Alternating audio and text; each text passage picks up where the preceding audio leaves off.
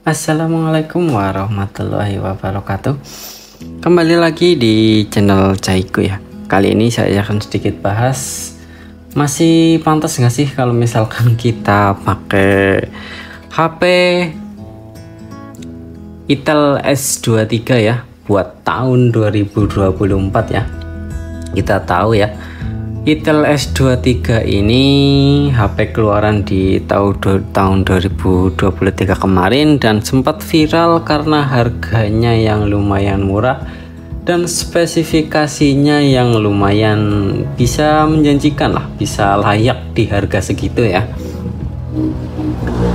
Kalau di tahun 2024 ini harganya itu kisaran, kalau nggak salah di toko resminya, yang varian RAM 8+8 dan internalnya 128GB itu harganya di 1.300.000-an ya, 1.300.000 berapa kayak gitu sekian ya, itu harga barunya. Dan untuk yang varian internal 256GB itu di harga 1.500.000 sekian ya, anggaplah 1.600.000-an lah, itu harga barunya ya. Dan kita juga sedikit bahas terkait spesifikasi singkatnya ya di HP Itel S23 ini ya.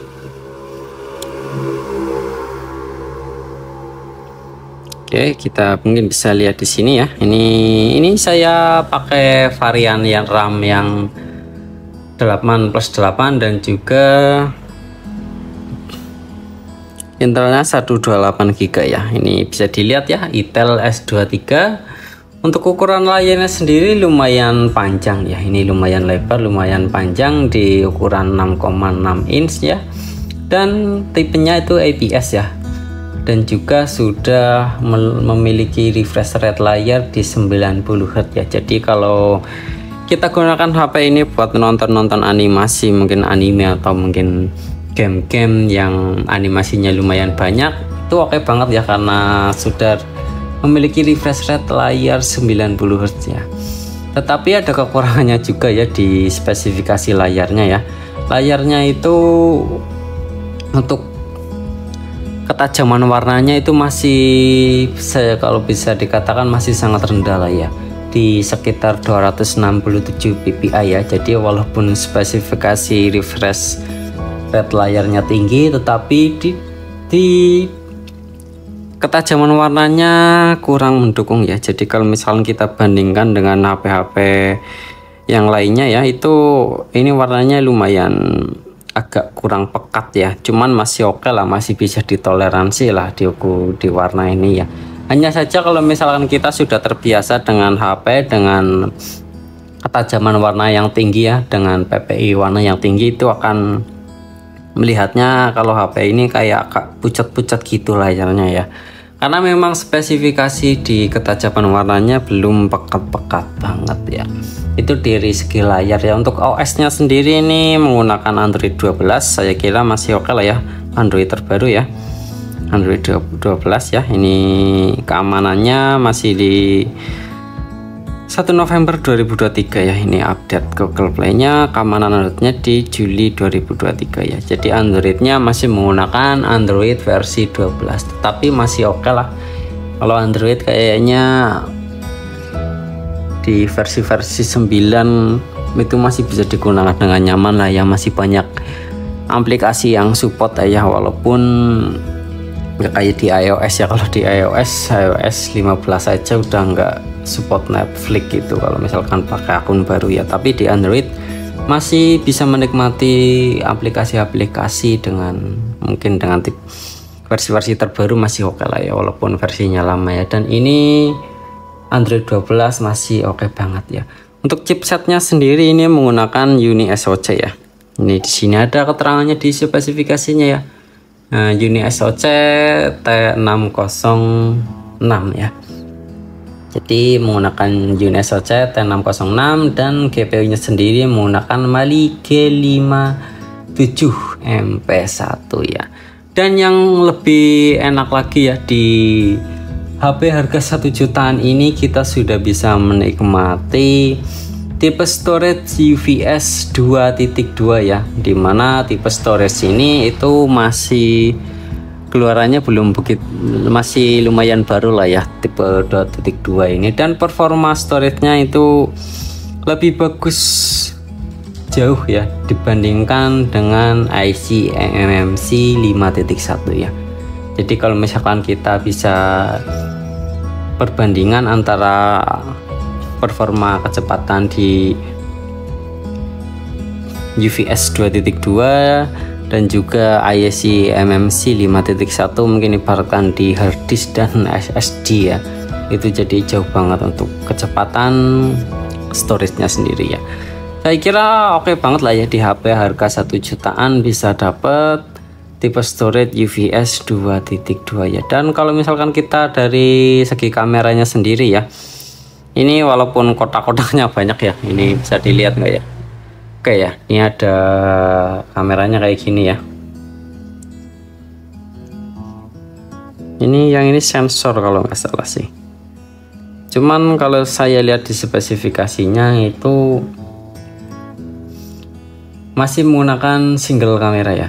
Jadi bukan dual kamera. Jadi yang ini ada, yang bawah ini sensor dan yang atas ini kamera utamanya ya. Kalau keterangannya sih 50 megapiksel ya.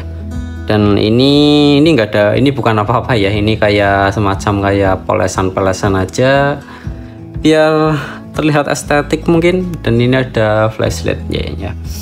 Headless-nya juga biasa-biasa aja. Kalau misalkan kita lihat dari hasil kameranya, saya kira nggak begitu menjanjikan banget lah ya.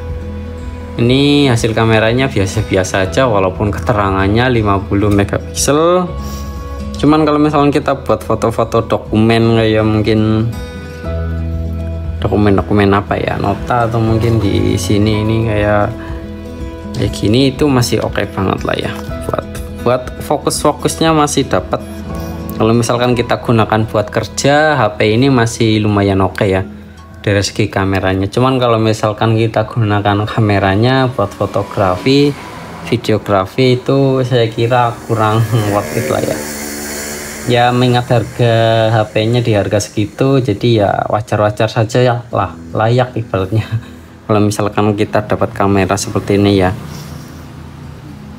Jadi kalau misalkan kita buat kerja-kerja, buat foto-foto dokumen cepet-cepetan, itu mungkin masih oke banget ini HP. Cuman kalau buat videografi saya kira kurang worth it lah ya. Kalau kamera depannya sendiri ini 8 megapiksel ya. 8 megapiksel ya, seperti tadi lah ya, nggak begitu menjanjikan kalau di kameranya ya.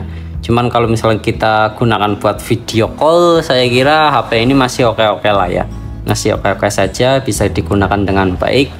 Yang jelas nggak buat selfie yang hasilnya kayak HP-HP 2 juta ke atas, saya kira enggak sih ya. Cuman kalau buat video call, yang jelas buat sistem-sistem pekerjaan itu masih oke banget ini HP. Karena performanya setelah saya pakai beberapa minggu ini ya, itu oke banget performanya ya. Buat main game Mobile Legends lancar, bisa lihat di linknya ya, link testing game Mobile Legends-nya. Dan HP ini juga bisa memainkan game Genshin Impact yang mungkin di HP-HP harga 1 juta yang lainnya itu masih nge-lag ya.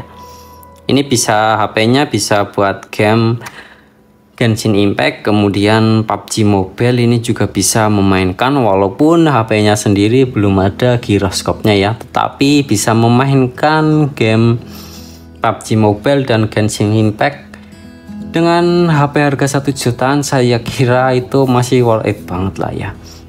Itu kelebihannya kurang lebih di seperti itu ya. Kalau misalkan USB-nya sendiri ini sudah menggunakan USB Type-C ya.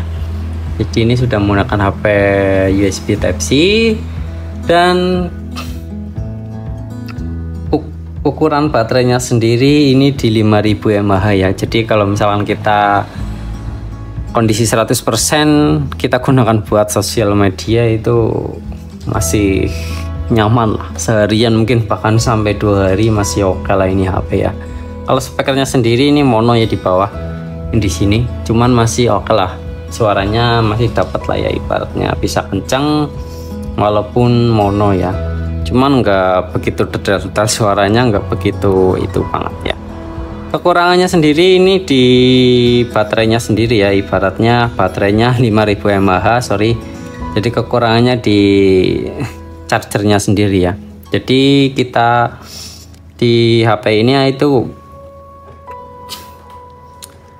memiliki kapasitas baterai yang lumayan tinggi ya, di 5000 mAh, tetapi tidak diimbangi dengan kecepatan pengisian dayanya ya. Jadi nggak fast charging. Kalau misalnya kita ngisi dari 0% itu lumayan lama, bisa memakan waktu 2 jam, hampir 3 jaman itu baru full 100% ya. Walaupun kita gunakan baterainya awet, tetapi kalau misalkan ngecasnya lama banget, saya kira kurang itulah ya, kurang worth it lah ya. Jadi bisa kita lihat sendiri lah ya, kalau misalkan dari segi kelebihannya HP ini itu performanya oke banget, itu yang jelas garis besarnya itu ya.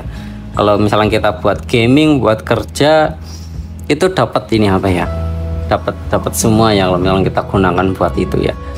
Walaupun di kondisi layarnya sendiri yang sudah mendukung 90 Hz, tidak didukung dengan ketajaman warna yang lumayan pekat, tapi mengingat harganya segitu, kita masih oke-oke aja lah ya. Jadi kalau dari segi performa itu oke. Kalau misalnya dari kekurangannya ya udah jelas lah ya, di warnanya kurang pekat, kemudian di kameranya kalau buat fotografi atau videografi saya kira ini masih kurang ya. Juga belum fast charging juga, nggak ada NFC-nya, dan juga ini HP nggak ada giroskopnya ya, jadi nggak ada sensor giroskopnya. Kalau misalkan kita mainkan game PUBG Mobile, jadi kita harus pakai arah-arah sendiri ya. Walaupun kita bisa menikmati refresh rate yang tinggi, tetapi kalau buat PUBG Mobile nggak ada giroskopnya, saya kira kayak ada yang kurang gitu ya. Jadi sekian dari itu pembahasannya ya. Kurang lebihnya mohon maaf. Sekian dari saya, semoga bermanfaat. Wassalamualaikum warahmatullahi wabarakatuh.